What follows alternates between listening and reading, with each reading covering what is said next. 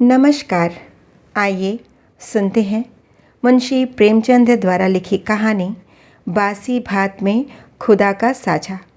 कहानी अच्छी लगे तो इसे एक लाइक करिएगा। चैनल पर नए हो तो सब्सक्राइब कर लीजिएगा। लीजिए सुनिए कहानी। शाम को जब दीनानाथ ने घर आकर गौरी से कहा कि मुझे एक कार्यालय में 50 रुपए की नौकरी मिल गई है, तो गौरी खिल उठी। देवताओं में उसकी आस्था और भी दृढ़ हो गई। इधर 1 साल से बुरा हाल था, न कोई रोजी न रोजगार।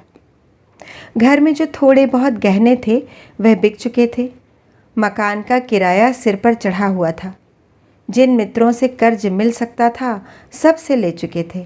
साल भर का बच्चा दूध के लिए बिलख रहा था। एक वक्त का भोजन मिलता तो दूसरे जून की चिंता होती। तकाजों के मारे बेचारे दीनानाथ को घर से निकलना मुश्किल था। घर से निकला ही नहीं कि चारों ओर से चिथाड़ मच जाती। वाह बाबूजी, वाह! 2 दिन का वादा करके ले गए और आज 2 महीने से सूरत नहीं दिखाई। भाई साहब, यह तो अच्छी बात नहीं। आपको अपनी ज़रूरत का ख्याल है, मगर दूसरों की ज़रूरत का ज़रा भी ख्याल नहीं। इसी से कहा है, दुश्मन को चाहे कर्ज दे दो, दोस्त को कभी ना दो। दीनानाथ को ये वाक्य तीरों से लगते थे और उसका जी चाहता था कि जीवन का अंत कर डाले, मगर बेजबान स्त्री और अबोध बच्चे का मुंह देखकर कलेजा थाम के रह जाता। बारे, आज भगवान ने उस पर दया की और संकट के दिन कट गए।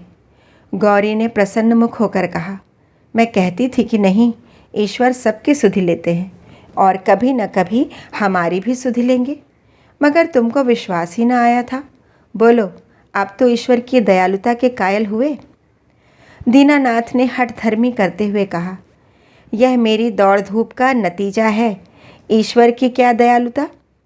ईश्वर को तो जब जानता जब कहीं से छप्पर फाड़ कर भेज देते। लेकिन मुंह से चाहे कुछ कहे, ईश्वर के प्रति उसके मन में श्रद्धा उदय हो गई थी। दीनानाथ का स्वामी बड़ा ही रूखा आदमी था और काम में बड़ा चुस्त। उसकी उम्र 50 के लगभग थी और स्वास्थ्य भी अच्छा ना था। फिर भी वह कार्यालय में सबसे ज़्यादा काम करता। मजाल ना थी कि कोई आदमी 1 मिनट की भी देर करे या 1 मिनट भी समय के पहले चला जाए। बीच में 15 मिनट की छुट्टी मिलती थी। उसमें जिसका जी चाहे पान खा ले या सिगरेट पी ले या जलपान कर ले। इसके अलावा 1 मिनट का अवकाश न मिलता था। वेतन पहली तारीख को मिल जाता था। उत्सवों में भी दफ्तर बंद रहता था और नियत समय के बाद कभी काम न लिया जाता था। सभी कर्मचारियों को बोनस मिलता था और प्रोविडेंट फंड की भी सुविधा थी। फिर भी कोई आदमी खुश न था। काम या समय की पाबंदी की किसी को शिकायत न थी। शिकायत थी केवल स्वामी के शुष्क व्यवहार की।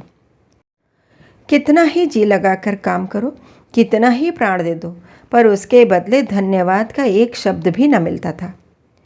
कर्मचारियों में और कोई संतुष्ट हो या न हो, दीनानाथ को स्वामी से कोई शिकायत न थी। वह घुड़कियाँ और फटकार पाकर भी शायद उतने ही परिश्रम से काम करता था। साल भर में उसने कर्ज चुका दिए और कुछ संचय भी कर लिया। वह उन लोगों में था जो थोड़े में भी संतुष्ट रह सकते हैं। अगर नियमित रूप से मिलता जाए, 1 रुपया भी किसी खास काम में खर्च करना पड़ता तो दंपत्ति में घंटों सलाह होती और बड़े झांव के बाद कहीं मजूरी मिलती थी। बिल गौरी की तरफ से पेश होता तो दीनानाथ विरोध में खड़ा होता। दीनानाथ की तरफ से पेश होता तो गौरी उसकी कड़ी आलोचना करती। बिल को पास करा लेना प्रस्तावक की ज़ोरदार वकालत पर मुनहसर था। सर्टिफाई करने वाला कोई तीसरी शक्ति वहाँ न थी। और दीनानाथ अब पक्का आस्तिक हो गया था। ईश्वर की दया या न्याय में अब उसे कोई शंका न थी। नित्य संध्या करता और नियमित रूप से गीता का पाठ करता। एक दिन उसके एक नास्तिक मित्र ने जब ईश्वर की निंदा की तो उसने कहा, भाई, इसका तो आज तक निश्चय नहीं हो सका ईश्वर है या नहीं। दोनों पक्षों के पास इस्पात किसी दलीलें मौजूद हैं, लेकिन मेरे विचार में नास्तिक रहने से आस्तिक रहना कहीं अच्छा है। अगर ईश्वर की सत्ता है तब तो नास्तिकों को नरक के सिवा कहीं ठिकाना नहीं। आस्तिक के दोनों हाथों में लड्डू है। ईश्वर है तो पूछना ही क्या, नहीं है तब भी क्या बिगड़ता है, 2-4 मिनट का समय ही तो जाता है। नास्तिक मित्र इस दो रुखी बात पर मुंह बिचकाकर चल दिए। एक दिन जब दीनानाथ शाम को दफ्तर से चलने लगा तो स्वामी ने उसे अपने कमरे में बुला भेजा और बड़ी खातिर से उसे कुर्सी पर बैठाकर बोला, तुम्हें यहाँ काम करते कितने दिन हुए? साल भर तो हुआ ही होगा। दीनानाथ ने नम्रता से कहा, जी हाँ, 13वां महीना चल रहा है। आराम से बैठो, इस वक्त घर जाकर जलपान करते हो? जी नहीं, मैं जलपान का आदी नहीं। पान तो खाते ही होगे। जवान आदमी होकर अभी से इतना संयम? यह कहकर उसने घंटी बजाई और अर्दली से पान और कुछ मिठाइयाँ लाने को कहा। दीनानाथ को शंका हो रही थी, आज इतनी खातिरदारी क्यों हो रही है। कहाँ तो सलाम भी नहीं लेते थे, कहाँ आज मिठाई और पान सभी कुछ मंगाया जा रहा है। मालूम होता है मेरे काम से खुश हो गए हैं। इस ख्याल से उसे कुछ आत्मविश्वास हुआ और ईश्वर की याद आ गई। अवश्य परमात्मा सर्वदर्शी और न्यायकारी है, नहीं तो मुझे कौन पूछता। अर्दली मिठाई और पान लाया। दीनानाथ आग्रह से विवश होकर मिठाई खाने लगा। स्वामी ने मुस्कुराते हुए कहा, तुमने मुझे बहुत रूखा पाया होगा। बात यह है कि हमारे यहाँ अभी तक लोगों को अपनी जिम्मेदारी का इतना कम ज्ञान है कि अफसर ज़रा भी नरम पड़ जाए तो लोग उसकी शराफत का अनुचित लाभ उठाने लगते हैं और काम खराब होने लगता है। कुछ ऐसे भाग्यशाली हैं जो नौकरों से हेल मेल भी रखते हैं, उनसे हंसते बोलते भी हैं, फिर भी नौकर नहीं बिगड़ते, बल्कि और भी दिल लगाकर काम करते हैं। मुझ में वह कला नहीं है, इसलिए मैं अपने आदमियों से कुछ अलग अलग रहना ही अच्छा समझता हूँ और अब तक मुझे इस नीति से कोई हानि भी नहीं हुई। लेकिन मैं आदमियों का रंग ढंग देखता रहता हूँ और सबको परखता हूँ। मैंने तुम्हारे विषय में जो मत स्थिर किया है वह यह है कि तुम वफादार हो और मैं तुम्हारे ऊपर विश्वास कर सकता हूँ, इसलिए मैं तुम्हें ज़्यादा जिम्मेदारी का काम देना चाहता हूँ, जहाँ तुम्हें खुद बहुत कम काम करना पड़ेगा, केवल निगरानी करनी पड़ेगी। तुम्हारे वेतन में 50 रुपये की और तरक्की हो जाएगी। मुझे विश्वास है तुमने अब तक जितनी तनदेही से काम किया है उससे भी ज़्यादा तनदेही से आगे करोगे। दीनानाथ की आंखों में आंसू भर आए और कंठ की मिठाई कुछ नमकीन हो गई। जी में आया स्वामी के चरणों पर सिर रख दे और कहे, आपकी सेवा के लिए मेरी जान हाजिर है। आपने मेरा जो सम्मान बढ़ाया है मैं उसे निभाने में कोई कसर न उठा रखूँगा। लेकिन स्वर काँप रहा था और वह केवल कृतज्ञता भरी आंखों से देख कर रह गया। सेठ जी ने एक मोटा सा लेज़र निकालते हुए कहा, मैं एक ऐसे काम में तुम्हारी मदद चाहता हूँ जिस पर इस कार्यालय का सारा भविष्य टिका हुआ है। इतने आदमियों में मैंने केवल तुम्ही को विश्वास योग्य समझा है और मुझे आशा है कि तुम मुझे निराश न करोगे। यह पिछले साल का लेज़र है और इसमें कुछ ऐसी रकमें दर्ज हो गई हैं जिनके अनुसार कंपनी को कई हज़ार लाभ होता है, लेकिन तुम जानते हो हम कई महीनों से घाटे पर काम कर रहे हैं। जिस क्लर्क ने यह लेज़र लिखा था उसकी लिखावट तुम्हारी लिखावट से बिल्कुल मिलती है। अगर दोनों लिखावटें आमने सामने रख दी जाएं तो किसी विशेषज्ञ को भी उनमें भेद करना कठिन हो जाएगा। मैं चाहता हूँ तुम लेज़र में एक पृष्ठ फिर से लिखकर जोड़ दो और उसी नंबर का पृष्ठ उसमें से निकाल लो। मैंने पृष्ठ का नंबर छपवा लिया है, एक दफ्तरी भी ठीक कर लिया जो रात भर में लेज़र की जल्दबंदी कर देगा, किसी को पता तक न चलेगा। ज़रूरत सिर्फ यह है कि तुम अपनी कलम से उस पृष्ठ की नकल कर दो। दीनानाथ ने शंका की, जब उस पृष्ठ की नकल ही करनी है तो उसे निकालने की क्या ज़रूरत है? सेठ जी हंसे, तो क्या तुम समझते हो उस पृष्ठ की हूबहू नकल करनी होगी? मैं कुछ रकमों में परिवर्तन कर दूंगा। मैं तुम्हें विश्वास दिलाता हूँ कि मैं केवल कार्यालय की भलाई के ख्याल से यह कार्यवाही कर रहा हूँ। अगर यह रद्दोबदल न किया गया तो कार्यालय के 100 आदमियों की जीविका में बाधा पड़ जाएगी। इसमें कुछ सोच विचार करने की ज़रूरत ही नहीं, केवल आधा घंटे का काम है। तुम बहुत तेज़ लिखते हो। कठिन समस्या थी। स्पष्ट था कि उससे जाल बनाने को कहा जा रहा है। उसके पास इस रहस्य का पता लगाने का कोई साधन न था कि सेठ जी जो कुछ कह रहे हैं वह स्वार्थवश होकर या कार्यालय की रक्षा के लिए। लेकिन किसी दशा में भी है यह जाल, घोर जाल। क्या वह अपनी आत्मा की हत्या करेगा? नहीं, किसी तरह नहीं। उसने डरते डरते कहा, मुझे आप क्षमा करें, मैं यह काम न कर सकूँगा। सेठ जी ने उसी अविचलित मुस्कान के साथ पूछा, क्यों? इसलिए कि यह सरासर जाल है। जाल किसे कहते हैं? किसी हिसाब में उलटफेर करना जाल है। लेकिन उस उलटफेर से 100 आदमियों की जीविका बनी रहे तो इस दशा में भी वह जाल है। कंपनी की असली हालत कुछ और है, कागजी हालत कुछ और। अगर यह तब्दीली न की गई तो तुरंत कई हजार रुपए नफ़े के देने पड़ जाएंगे और नतीजा यह होगा कि कंपनी का दिवाला हो जाएगा और सारे आदमियों को घर बैठना पड़ेगा। मैं नहीं चाहता कि थोड़े से मालदार हिस्सेदारों के लिए इतने गरीबों का खून किया जाए। परोपकार के लिए कुछ जाल भी करना पड़े तो वह आत्मा की हत्या नहीं है। दीनानाथ को कोई जवाब न सूझा। अगर सेठ जी का कहना सच है और इस जाल से 100 आदमियों की रोजी बनी रहे तो वास्तव में वह जाल नहीं, कठोर कर्तव्य है। अगर आत्मा की हत्या होती भी हो तो 100 आदमियों की रक्षा के लिए उसकी परवाह न करनी चाहिए। लेकिन नैतिक समाधान हो जाने पर अपनी रक्षा का विचार आया। बोला, लेकिन कहीं मामला खुल गया तो मैं मिट जाऊंगा। 14 साल के लिए काले पानी भेज दिया जाऊंगा। सेठ ने जोर से कहकहा मारा, अगर मामला खुल गया तो तुम न फंसोगे, मैं फंसूंगा। तुम साफ इनकार कर सकते हो, लिखावट तो पकड़ी जाएगी। पता ही कैसे चलेगा कि कौन पृष्ठ बदला गया? लिखावट तो एक सी है। दीनानाथ परास्त हो गया। उसी वक्त उस पृष्ठ की नकल करने लगा। फिर भी दीनानाथ के मन में चोर पैदा हुआ था। गौरी से इस विषय में वह एक शब्द भी ना कह सका। 1 महीने के बाद उसकी तरक्की हुई। 100 रुपये मिलने लगे, 200 बोनस के भी मिले। यह सब कुछ था। घर में खुशहाली के चिन्ह नजर आने लगे। लेकिन दीनानाथ का अपराधी मन एक बोझ से दबा रहता था। जिन दलीलों से सेठ जी ने उसकी जुबान बंद कर दी थी, उन दलीलों से गौरी को संतुष्ट कर सकने का उसे विश्वास न था।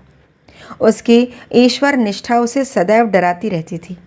इस अपराध का कोई भयंकर दंड अवश्य मिलेगा। किसी प्रायश्चित, किसी अनुष्ठान से उसे रोकना असंभव है। अभी न मिले, साल 2 साल न मिले, 10-5 साल न मिले, पर जितनी ही देर में मिलेगा उतना ही भयंकर होगा। मूलधन ब्याज के साथ बढ़ता जाएगा और वह अक्सर पछताता, मैं क्यों सेठ जी के प्रलोभन में आ गया। कार्यालय टूटता या रहता मेरी बला से, आदमियों की रोजी जाती या रहती मेरी बला से। मुझे तो यह प्राण पीड़ा न होती।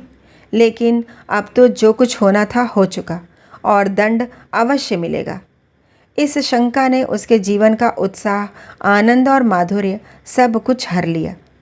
मलेरिया फैला हुआ था, बच्चों को ज्वर आया, दीनानाथ के प्राण नहों में समा गए। दंड का विधान आ पहुंचा। कहाँ जाएं, क्या करें, जैसे बुद्धि भ्रष्ट हो गई। गौरी ने कहा, जाकर कोई दवा लाओ या किसी डॉक्टर को दिखा दो, 3 दिन तो हो गए। दीनानाथ ने चिंतित मन से कहा, हाँ जाता हूँ, लेकिन मुझे बड़ा भय लग रहा है। भय की कौन सी बात है? बेबात की बात मुँह से निकालते हो। आजकल किसे ज्वर नहीं आता? ईश्वर इतना निर्दयी क्यों है? ईश्वर निर्दयी है पापियों के लिए। हमने किसका क्या हर लिया है? ईश्वर पापियों को कभी क्षमा नहीं करता। पापियों को दंड न मिले तो संसार में अनर्थ हो जाए। लेकिन आदमी ऐसे काम भी तो करता है जो एक दृष्टि से पाप हो सकते हैं, दूसरी दृष्टि से पुण्य। मैं नहीं समझी। मान लो मेरे झूठ बोलने से किसी की जान बचती हो तो क्या यह पाप है? मैं तो समझती हूँ ऐसा झूठ पुण्य है। तो जिस पाप से मनुष्य का कल्याण हो वह पुण्य है, और क्या? दीनानाथ की अमंगल शंका थोड़ी देर के लिए दूर हो गई। डॉक्टर को बुला लाया। इलाज शुरू किया। बालक 1 सप्ताह में चंगा हो गया, मगर थोड़े दिन बाद वह खुद बीमार पड़ा। वह अवश्य ही ईश्वरी दंड है और वह बच नहीं सकता। साधारण मलेरिया ज्वर था, पर दीनानाथ की दंड कल्पना ने उसे सन्निपात का रूप दे दिया। ज्वर में नशे की हालत की तरह यूं भी कल्पना शक्ति तीव्र हो जाती है। पहले केवल मनोगत शंका थी, वह भीषण सत्य बन गई। कल्पना ने यमदूत रच डाले, उनके भाले और गदाएं रच डाली, नरक का अग्निकुंड दहका दिया। डॉक्टर की एक घूंट दवा 1000 मन की गदा की आवाज़ और आग के उबलते हुए समुद्र के दाह पर क्या असर करती। दीनानाथ मिथ्यावादी न था, पुराणों की रहस्यमय कल्पनाओं में उसे विश्वास न था। नहीं, वह बुद्धिवादी था और ईश्वर में भी तभी उसे विश्वास आया जब उसकी तर्क बुद्धि कायल हो गई।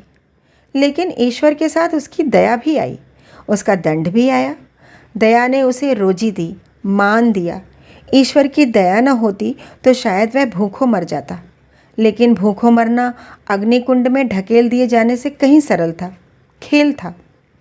दंड भावना जन्म जन्मांतरों के संस्कार से ऐसी बुद्ध मूल हो गई थी, मानो उसकी बुद्धि का, उसकी आत्मा का एक अंग हो गई हो। उसका तर्कवाद और बुद्धिवाद इन मनवंतरों के जमे हुए संस्कार पर समुद्र की ऊंची लहरों की भांति आता था, पर एक क्षण में उन्हें जलमग्न करके फिर लौट जाता था और वह पर्वत ज्यों क्या त्यों अचल खड़ा रह जाता था। जिंदगी बाकी थी, बच गया। ताकत आते ही दफ्तर जाने लगा। एक दिन गौरी बोली, जिन दिनों तुम बीमार थे और एक दिन तुम्हारी हालत बहुत नाजुक हो गई थी, तो मैंने भगवान से कहा था कि यह अच्छे हो जाएंगे तो 50 ब्राह्मणों को भोजन कराऊंगी। दूसरे ही दिन से तुम्हारी हालत सुधरने लगी। ईश्वर ने मेरी विनती सुन ली। उसकी दया न हो जाती तो मुझे कहीं मांगे भीख न मिलती। आज बाजार से सामान ले आओ तो मनौती पूरी कर दूँ। 50 ब्राह्मण नेवते जाएंगे तो 100 अवश्य आएंगे। 50 कंगले भी समझ लो और मित्रों में 20-25 निकल ही आएंगे। 200 आदमियों का डॉल है। मैं सामग्रियों की सूची लिख देती हूँ। दीनानाथ ने माथा सिकोड़ कर कहा, तुम समझती हो मैं भगवान की दया से अच्छा हुआ? और कैसे अच्छे हुए? अच्छा हुआ इसलिए कि ज़िंदगी बाकी थी। ऐसी बातें न करो, मनौती पूरी करनी होगी। कभी नहीं, मैं भगवान को दयालु नहीं समझता। और क्या भगवान निर्दयी है? उनसे बड़ा निर्दयी कोई संसार में ना होगा, जो अपने रचे हुए खिलौनों को उनकी भूलों और बेवकूफ़ियों की सज़ा अग्निकुंड में ढकेल कर दे। वह भगवान दयालु नहीं हो सकता। भगवान जितना दयालु है उससे असंख्य गुना निर्दयी है, और ऐसे भगवान की कल्पना से मुझे घृणा होती है। प्रेम सबसे बड़ी शक्ति कही गई है। विचारवानों ने प्रेम को ही जीवन की और संसार की सबसे बड़ी विभूति मानी है। व्यवहार में न सही, आदर्श में प्रेम ही हमारे जीवन का सत्य है। मगर तुम्हारा ईश्वर दंड भय से सृष्टि का संचालन करता है, फिर उसमें और मनुष्य में क्या फ़र्क हुआ? ऐसे ईश्वर की उपासना मैं नहीं करना चाहता, नहीं कर सकता। जो मोटे हैं उनके लिए ईश्वर दयालु होगा, क्योंकि वे दुनिया को लूटते हैं। हम जैसों को तो ईश्वर की दया कहीं नज़र नहीं आती। हाँ, भय पग पग पर खड़ा घूरा करता है। यह मत करो नहीं तो ईश्वर दंड देगा, वह मत करो नहीं तो ईश्वर दंड देगा। प्रेम से शासन करना मानवता है, आतंक से शासन करना बर्बरता है। आतंकवादी ईश्वर से तो ईश्वर का न रहना ही अच्छा है। उसे हृदय से निकालकर मैं उसकी दया और दंड दोनों से मुक्त हो जाना चाहता हूँ। एक कठोर दंड बरसों के प्रेम को मिट्टी में मिला देता है। मैं तुम्हारे ऊपर बराबर जान देता रहता हूँ, लेकिन किसी दिन डंडा लेकर पीट चलूँ तो तुम मेरी सूरत न देखोगी। ऐसे आतंकमय दंडमय जीवन के लिए मैं ईश्वर का एहसान नहीं लेना चाहता। बासी भात में खुदा के साझे की ज़रूरत नहीं। अगर तुमने ओज भोज पर जोर दिया तो मैं जहर खा लूँगा। गौरी उसके मुंह की ओर भय आतुर नेत्रों से ताकती रह गई। कहानी सुनने के लिए बहुत बहुत धन्यवाद।